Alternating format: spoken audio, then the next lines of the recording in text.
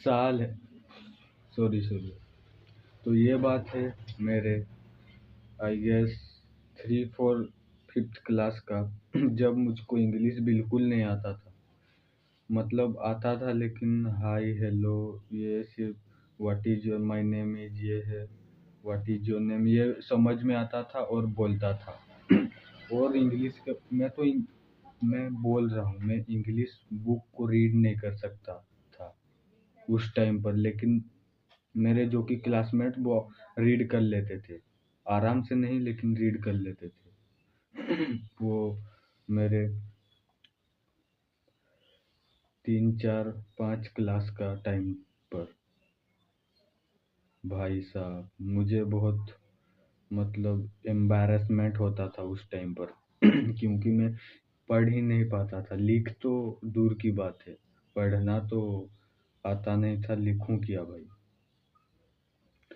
और मुझे बहुत इंसल्ट भी किया जाता था। इंसल्ट मीन टू मैं मुझको मैम बोलते थे खड़ा होकर पढ़, लेकिन मैं पढ़ता क्या, किताब को घूरता था। ऐसा लगता था कि किताब के आर पार दिख रहा है। ऐसा सिचुएशन हो गया था मेरा। तो आजकल इंडिया में इंग्लिश बहुत इम्पोर्टेंट है। आपको ये सीखना ही सीखना है, कंपलसरी है भाई।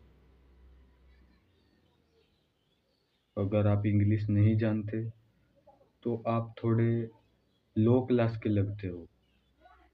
मैं ये नहीं बोल रहा हूँ कि हिंदी मत बोलो, अपना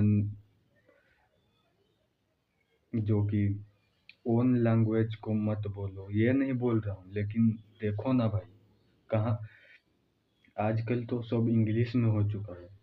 आप ही एक बार सोचो, मेरे बात को ध्यान से मेरी बात को सुनो, 1 2 मिनट के लिए सोचो कि आज सब भाई सब अपडेट हो रहा है, अपग्रेड हो रहा है। जैसे आपका मोबाइल अपडेट हो रहा है, सिस्टम वर्जन अपडेट हो रहा है, वैसे ही अगर आप आउटडेटेड रहोगे तो ये आपको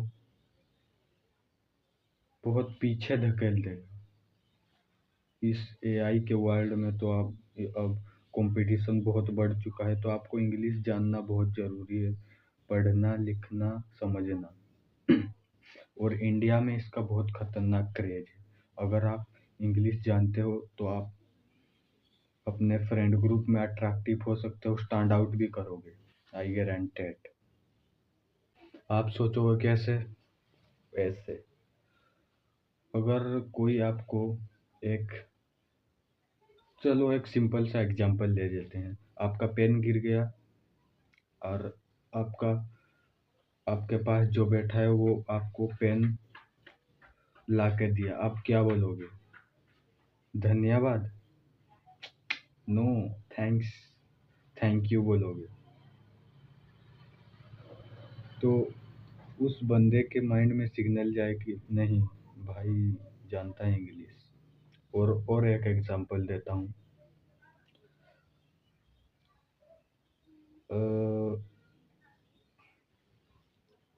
आप थैंक यू कहने के बजाय आई अप्रिशिएट दैट बोलोगे तो क्या होगा?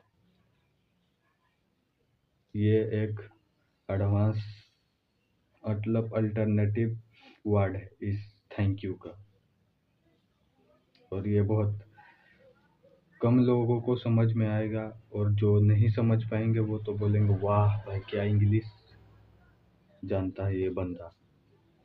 और ये फ़ायदा है अट्रैक्टिव बनने का।